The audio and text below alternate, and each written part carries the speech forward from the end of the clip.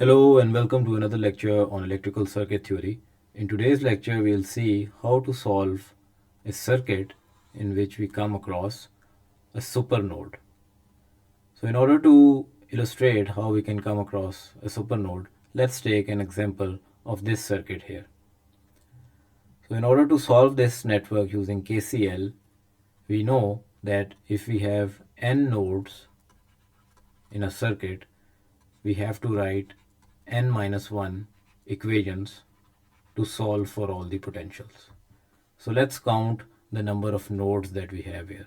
A node is a point where one or two elements connect with each other. So these elements could be passive elements such as resistor and can also be a voltage or a current source.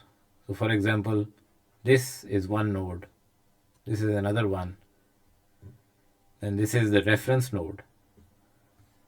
And we have a node here and a node here. This is not a node because nothing is connected between these points. So we just have one node here and one node at the top and three nodes here. So out of these five nodes, we know that the reference node has to be at zero potential. So we are left with four equations that we have to solve in order to find all the potentials. Now we see that there are two voltage sources which are directly connected to the ground. So we already know two of these potentials. So this point is at a potential of 12 volts with respect to ground.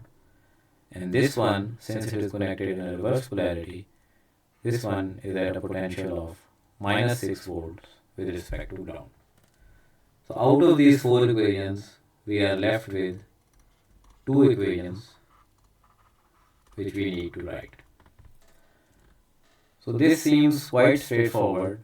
However, the problem arises when we write a KCL. So let's say we are interested in finding out this current I0 through this 2K resistor. So I can simply write a KCL. Let's say this voltage is P3. I can just write a KCL and I should be able to find this current. However, the problem arises that we don't know the current flowing through this voltage source.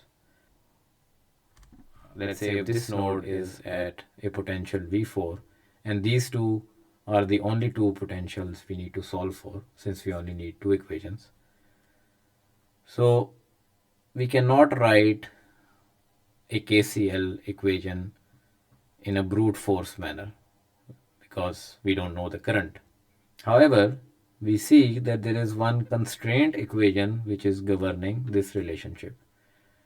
So whatever V3 is, we know that V4 would be at a potential which is 12 volts higher than V3. So this constraint equation is governing this part of the network. So I can write this as V3 plus 12 and we have taken care of this part of the network. So we can consider this whole thing as one supernode. So our KCL equation will now consider this whole thing as one giant node. So now I can just write a KCL with all the currents leaving this supernode. So it will be the current, let's say I1 going through this 2K resistor, I2 as the current flowing through this 2K resistor, and I3 flowing through this 1K resistor, I4 through this 1K resistor, and I0 is the current that we are interested in finding out. So we see that by employing supernode, these two equations are then reduced to just one giant equation which we need to write. So let's write this equation. What is I1? So I1 would be this drop minus this drop divided by 2K. So V3 plus 12 minus 6 divided by 2k plus I2 is this minus 12. So V3 plus 12 minus 12 divided by 2k